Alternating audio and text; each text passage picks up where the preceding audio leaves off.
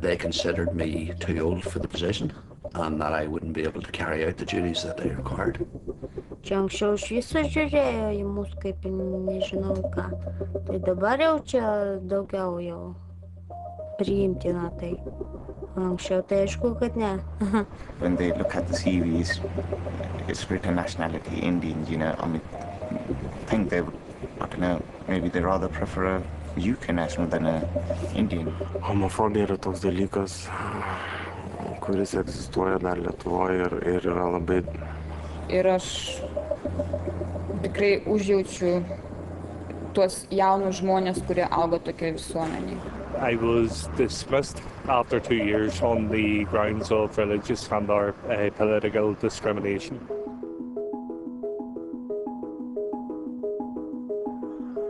Terry, Arnoldas, Žaspritas, Ivona, Rikardas ir Santa tapo diskriminacijos aukomis.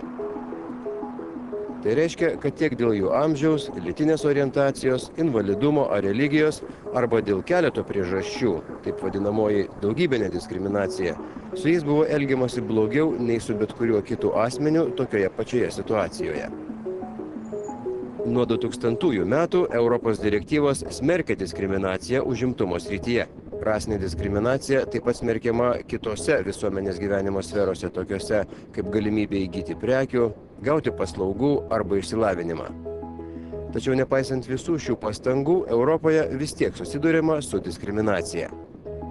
Šie pasakojimai yra vos keli pavyzdžiai.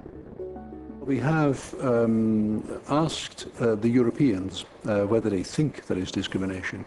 And the answers were rather interesting. 15% of those asked say that they have, in the last 2 years, personally experienced discrimination. Whether that's because of their age, because of their religion, because of their sexual orientation. So there is a clear feeling that people are being discriminated against.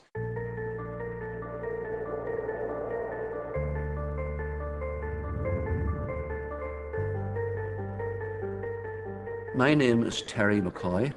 I have been involved in the timber trade all my working life, which would span more than 40 years. Prieš jiems sukankant 60, Terry rado darbo skelbimą. Exciting opportunities for 2 sales representatives. You need at least 5 years experience and knowledge of the timber industry and advantage, good people skills, youthful enthusiasm.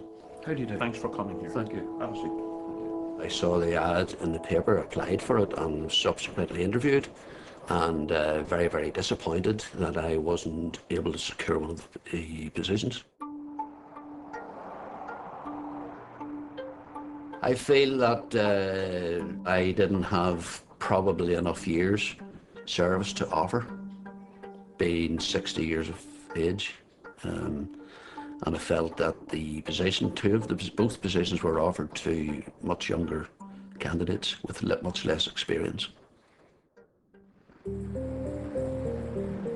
Europoje atliekamas Eurobarometro tyrimas parodė, kad apie diskriminaciją dėl amžiaus nuo jos nukentėję asmenys praneša dažniausiai. Tokie žmonės neretai patys imasi priemonių save apginti. I spoke to numerous people in general about it, and I took advice then, and I was asked to take advice from the Equality Commission. Thank you for coming along. Thank you. Please have a seat. The Equality Commission has just recently agreed to fund your case of age discrimination. Excellent. And my objective today is to go over the facts of your application. Šiaurės Airijos lygybės komisija yra Europos tinklo Equinet dalis. Jo narės yra daugiau nei 20 organizacijų visoje Europoje. The member states had to create, on the basis of the European law, equality centers. These are organizations which have, first of all, the role to receive complaints and to help individuals deal with them. In some cases, they have even further competencies. They can launch court cases themselves. So the objective of this is to make sure that individual citizens have easy access in their country to an organization that has been created in order to help them. Here we are in our store, where the experiences that individuals bring to us when they have concerns about being discriminated against are recorded. We have thousands of individuals come to us every year, and each file represents the history of their experiences and demonstrates the extent to which employers and service providers here could be prosecuted under the anti-discrimination legislation.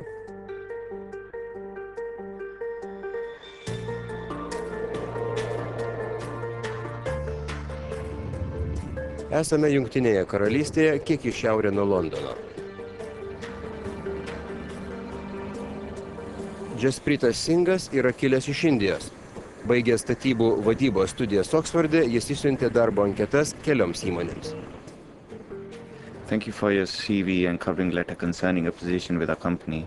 We do not currently have any opportunities relevant to your experience and qualifications, and regret to inform you that your application has been unsuccessful. Loads of companies, where they said to me, we have got no vacancies, and still my classmates got a job there, which is just makes you so angry. I mean, you didn't even meet me, so how can you judge me on that, Just looking at my CV, you cannot say like, okay, he's not good for the job. Pagal 2008 metų Eurobarometrą rasinė diskriminacija yra labiausiai paplitusi diskriminacijos forma Europoje. Tačiau Jaspreetas darbą susirado. Oakwood Builders yra nedidelių ir vidutinio dydžio įmonių kategorijai priklausanti įmonė. Jo specializacija – rankų darbo staliaus dirbiniai ir organiška statyba.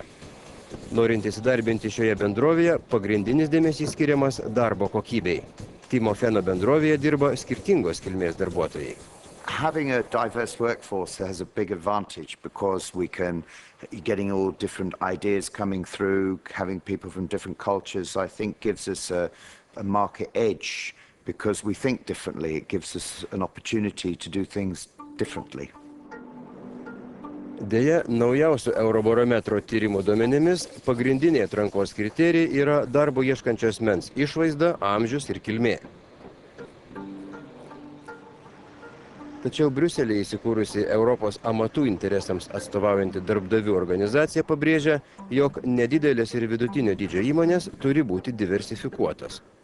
Since SMEs are very active on the local market, on the community, so they can't afford to make choice. So they're just working with all well-qualified people without regarding if they are coming from one or another country, without considering discrimination. So this is very, very important for SMEs. It is a matter of fact.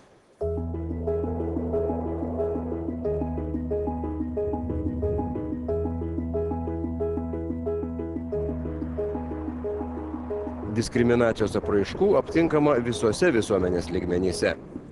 Esame Kaune įsikūrusiame universitete. Arnoldas tapo antros dažniausiai pasitaikančios pagal Eurobarometrą diskriminacijos rūšies auka.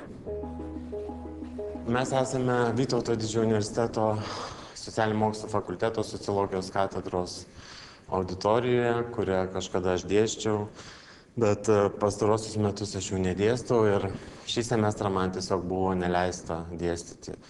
Tiesiog rektorius neleido man vesti 2 paskaitų ir aš manau, kad tai yra susijęs su mano seksualinė orientacija ir todėl, kad rektorius nenori, kad aš kalbėčiau apie gėjų teisės ir gėjų reikalus. Arnoldo problemos prasidėjo jam atvirai prakalbus su savo studentais apie savo homoseksualumą, ypač kai jie rengė naujienų biuletenį pilietinių teisių tema. Apie homoseksualus buvo rašoma keliose puslapiuose. Rektorius uždraudė publikuoti šį dokumentą. Aš manau, kad diskriminacija, jeigu mes kalbame apie gėjus, tai jinai labai susijusi su teisė būti atviru. Didžioji dalis visuomenės iš viso nenori, kad mes būtumėm atviri. Netgi mūsų politikai yra pasakę tokius žodžius, kol jūs esate savo klubuose ir restoranuose, tol jūs mums nei draugai, nei priešai. Bet jeigu jūs tik išeisit į viešumą, jūs būsit mūsų priešais.